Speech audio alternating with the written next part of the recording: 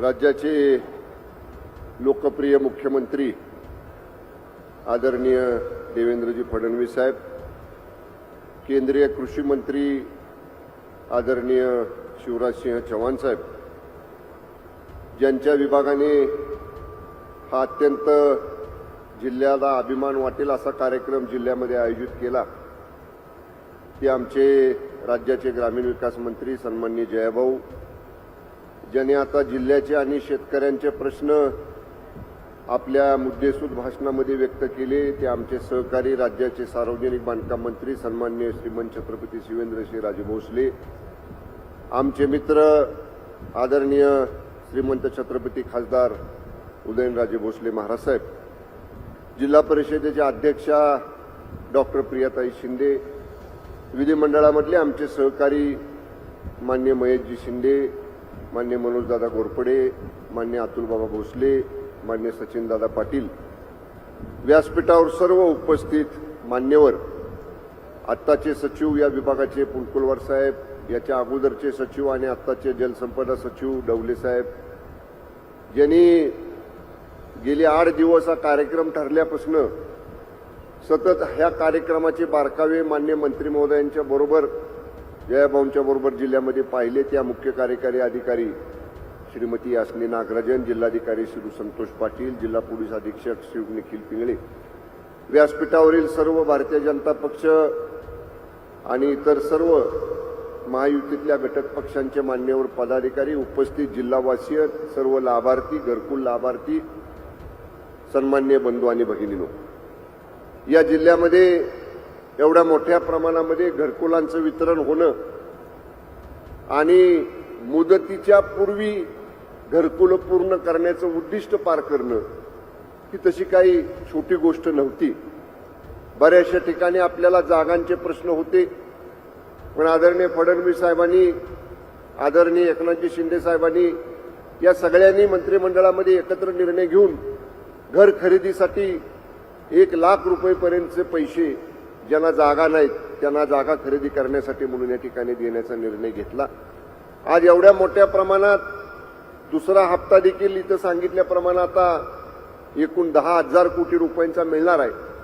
बऱ्यापैकी ज्यांची घरं सुरू आहेत आणि पुढचे हप्ते मिळण्यासाठी थोडं काम थांबलेलं आहे, येणाऱ्या या पैशातनं त्या कामाला सुद्धा या ठिकाणी गती निश्चितपणाने मिळणार आहे. या जिल्ह्याचं भाग्य आहे की जिल्ह्याला 4 महत्वाच्या खात्यांचे मंत्री आदरणीय फडणवीस साहेबांनी, आदरणीय शिंदे साहेबांनी आणि आदरणीय स्वर्गीय अजितदादांनी या ठिकाणी दिले. बांधकाम खातं जिल्ह्यामध्ये आहे, सार्वजनिक बांधकाम खातं जिल्ह्यामध्ये आहे, पर्यटन खातं जिल्ह्यामध्ये आहे, मदत पुनर्वसन खातं जिल्ह्यामध्ये आहे. आणि शेवटी प्रत्येक मंत्र्याचं काम करतानाचं पद्धत राहते की थोडा जादाचा वाटा आपल्या जिल्ह्यामध्ये आला पाहिजे. जसा जयाभाऊंनी घरकुलाचा वाटा आणला, तसं रस्त्यांचं जाळं सुद्धा मान्य बाबाराजेंनी गेल्या 1.5-2 वर्षामध्ये मोठ्या प्रमाणामध्ये जिल्ह्यामध्ये रस्त्याचं जाळं विणण्याचं काम या ठिकाणी केलं. आमचे दुसरे सहकारी मान्य मकरंद पाटलांनी, आबांनी धडाक्यामध्ये पुनर्वसनाचे अनेक वर्ष रखडलेले प्रश्न मार्गी लावायचं काम केलं.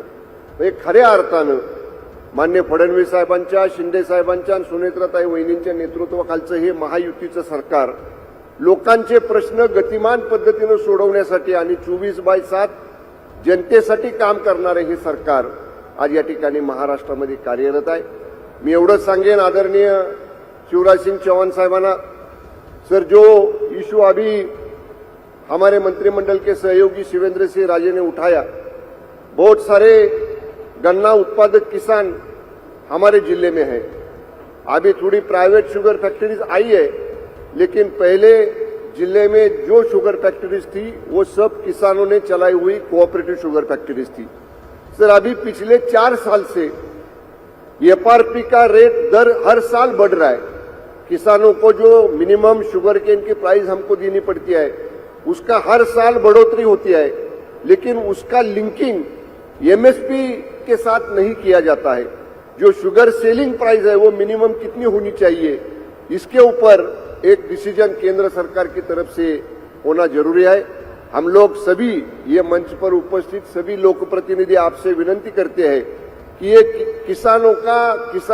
ये गन्ना उत्पादक किसानों का जिला है। अगर ये एमएसपी का प्राइस ये केंद्र सरकार की तरफ से अगर बढ़ाया जाए तो हमको बड़ी राहत ये जिले में किसानों को एफआरपी प्राइस देने में ये यहाँ मिल सकती है। मैं बहुत ज्यादा भाषण यहाँ नहीं करूंगा, ये हमारे जिले का सौभाग्य है। मेरा भी ये सौभाग्य है जिले का गार्डियन मिनिस्टर होने की वजह से कि आपका स्वागत करने का भाग्य ये जिले को मिला।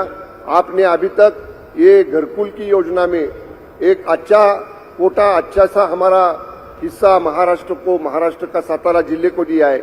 इससे भी अच्छा, इससे भी ज्यादा किसानों को, शेतकरियों को यह घरकुल का लाभ आपके तरफ से हमको मिले, इतनी ही आपसे विनंती करता हूं। फिर एक बार सातारा जिले का गार्डियन मिनिस्टर होने की तरफ वजह से पूरे जिले की आम जनता की तरफ से आपका हम सातारा जिले में स्वागत करते हैं। धन्यवाद।